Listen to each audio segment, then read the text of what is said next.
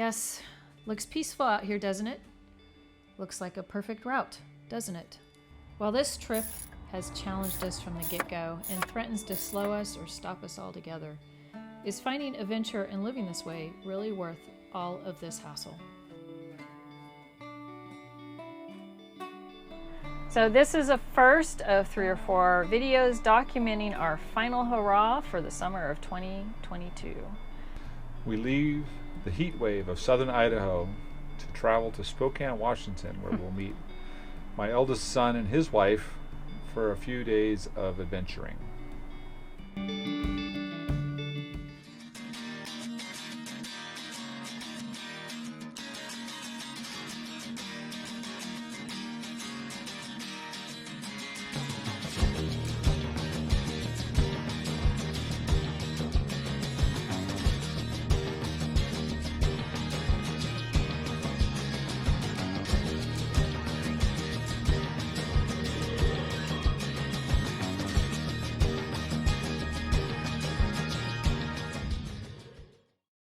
So in this leg, we actually head out from southern Idaho to Boise, where we encountered some problems along the way. And then over the course of 2 days, make our way up to central Idaho, where we have a meetup with our rafting guide to go on Cheryl's first rafting trip. Well, before we actually take off on this leg with you, we need to do a little bit of a rewind and share a problem we had just a couple weeks ago. While we were on our property in southern Idaho, on a Friday afternoon, we received a low refrigerant alarm on our air conditioner, and it stopped working. And because it was a Friday afternoon and because it was a small town, there weren't many opportunities for us to find somebody to fix it.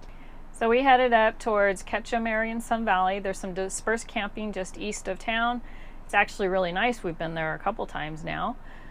It is kind of busy because a lot of locals tend to camp out there as well, but we found a nice little quiet place to hang out for the weekend and enjoyed ourselves pretty well. And then on Monday rolled around, Steve made some phone calls and found an HVAC place in town that was willing to let us drive in. Said he found a bunch of this stuff chewed up. You know what that means. So we may have a traveler. Steve thinks we don't. They just chewed up a lot and left a mess everywhere. Must be a guy mouse. We're on a mission today. Get our air conditioning fixed. Turn all of our nails over to the Forest Service. Oh, did you bring them? Good. I forgot to ask you that question. Gonna leave them. What's with those nails, you wonder? Well, our weekend spot had been previously abused as a pallet bonfire spot.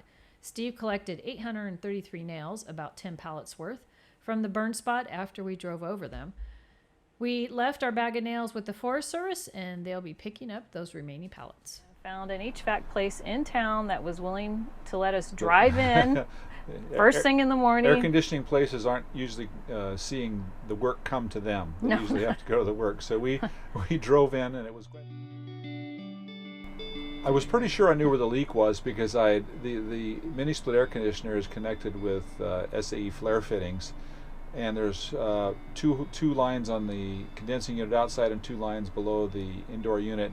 And I checked both of these and soap tested both of them, and the sure sign of a leak is there's a little bit of oil residue that comes out. And so I found lots of oil residue at the outdoor condensing unit, so I knew exactly where the leak was. System, I presumed that we had a slow leak and that all we needed was just to recharge, and I would get home and I would find the leak when I got home.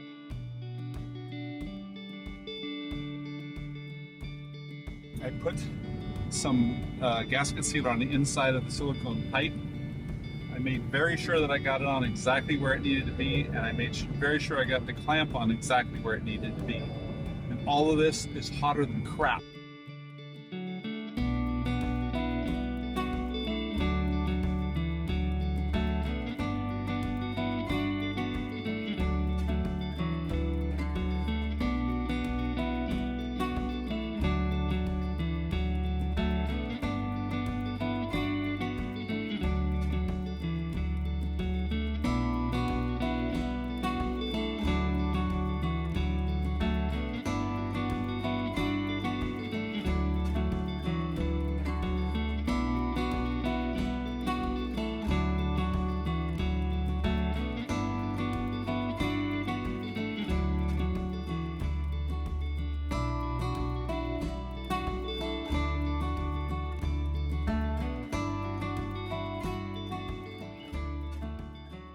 We are at Lucille Boat Launch on the Salmon River, getting ready to go on a rafting trip.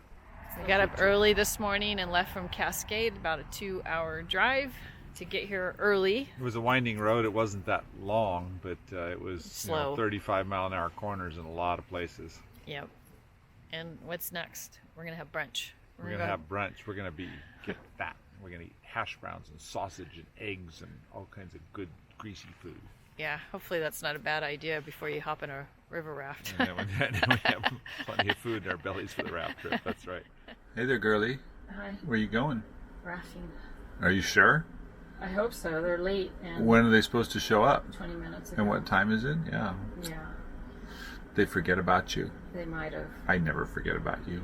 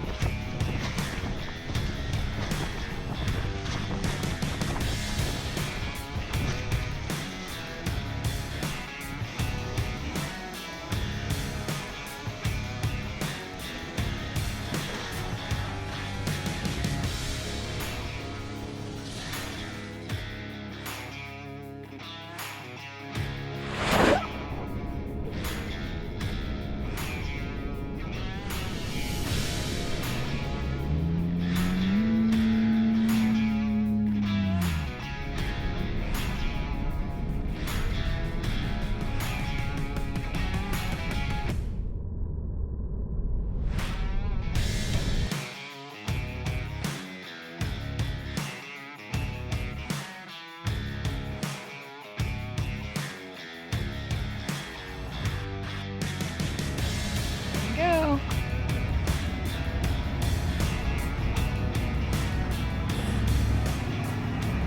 You guys. Bye. River rafting.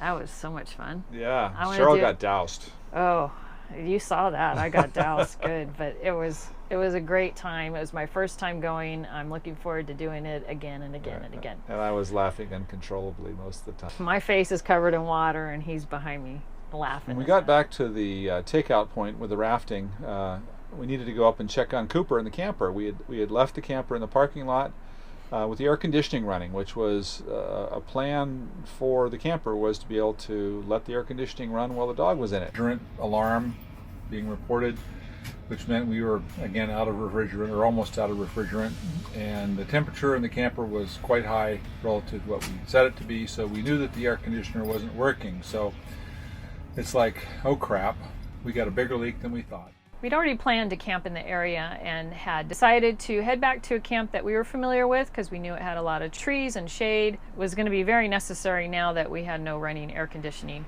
So we trekked back about 3.5 miles, set up camp, pretty much sweated the rest of the evening.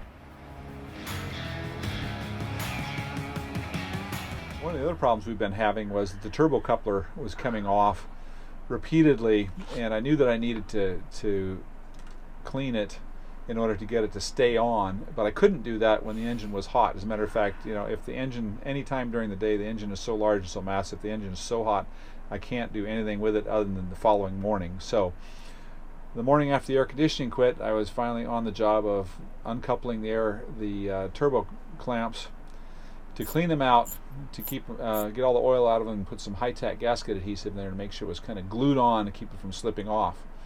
The problems just kind of got worse when I discovered that the clamp that was holding it on, the bolt had stripped out.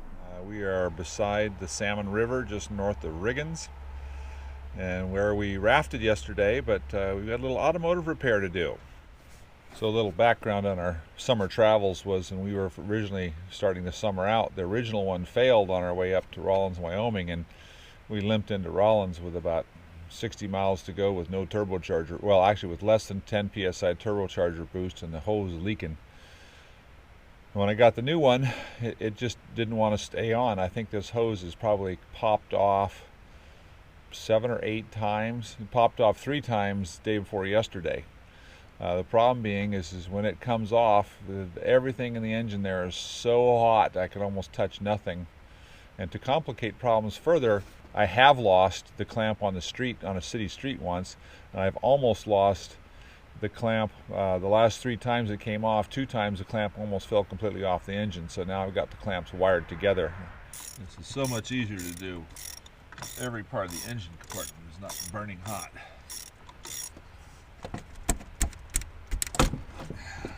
Well, things have gone bad. This clamp, the screw has stripped, or the nut has stripped. I'm now going to have to... So our drive out from camp was uneventful at first. Because it was downhill. When it was in a canyon, it was fairly level. But to leave the canyon north of White Cloud, and I'll put this on the screen, is a really long, steep grade up. And Steve tried to baby the engine speed so the turbo wasn't getting too much pressure. Constantly watching the turbo boost pressure to keep it below 10 psi.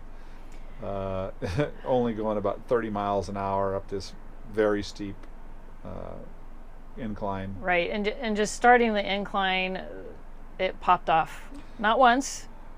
He fixed that twice. And it just so happened that they were actually turnouts at both places where we had the problem. So we didn't have to go 10 miles an hour to get to a turnout. No. But we actually passed somebody on that grade. there was a big truck going much slower than us. Log truck, yeah. Yeah, I was a little nervous passing him, but we made it. And once we were up over the top, it was pretty easy to get into Grangeville. I'd already located the auto parts store, so that was our first stop. And Steve was able to get his clamps. We called the HVAC place in town, and I had to talk the owner into. He was already committed with all of his techs, yeah. and I cajoled him into telling him he really needed to see my mini split in my camper. Yeah, he was pretty intrigued by the RV implementation. To do the work, and he scrounged up a guy who wasn't a tech, but who really did a great job. Anthony helped us out and got us repaired and back on the road. Yes. Competent technician Anthony helped us out and got through the cutting the end of the flare off and reflaring it and putting it back onto the condensing unit, getting it all put back together, evacuated, recharged the system. So Anthony, if you're watching, thank you very much. Appreciate the great service we had there in Grangeville. Got on the road, and it was still early enough. We kept driving to... We've just had another turbocharger hose failure. This time, what happened this morning was that the thread stripped off of my turbo clamps this morning. So this is the old one, and this thread is, this nut is stripped. Okay. So this is the new one, whose nut is not stripped, and it would be even better if I could actually find the nut.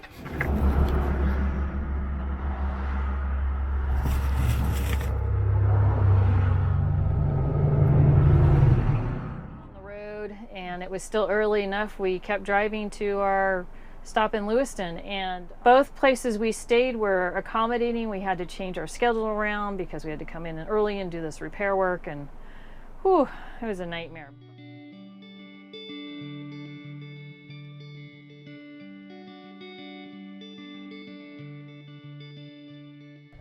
This is attempt number umpteenth to make sure that our turbocharger intercooler hose does not come off.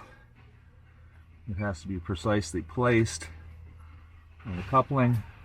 The coupling has to be clean, of no oil whatsoever, which it typically gets covered with.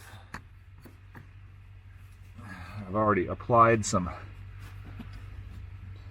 gasket sealant to it to help the friction. Now that I'm washing off a good bit of it with my degreasing steps, I'm going to put some more in it. This is a Permatex high-tack gasket sealant. It's what I have decided is going to be the best thing here that will allow me to make a joint that can be separated without destroying it and still provide some adhesion.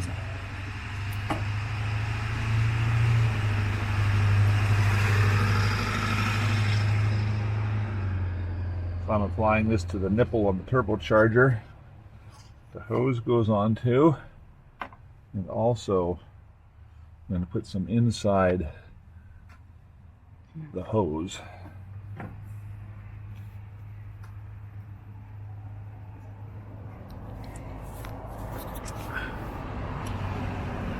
See all the strings that this lead is pretty sticky, to including to me. So now to get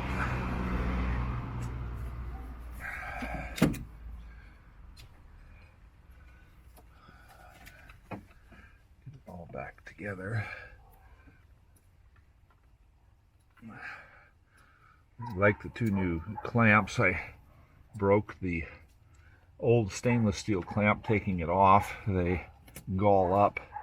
So these clamps have zinc plated fasteners, which at least won't gall up. Well, to answer the question, is it worth it? This trip was hassle after hassle. And is it worth it? Maybe not for everyone, but for us it is. Why? Because we are doing it together. We saw an adventurous retired life, and overcoming obstacles is just part of the adventure. We are so happy you've joined our recent journey, our summer-long turbo hose saga, and it's nice to know you're out there cheering us and Maximus along.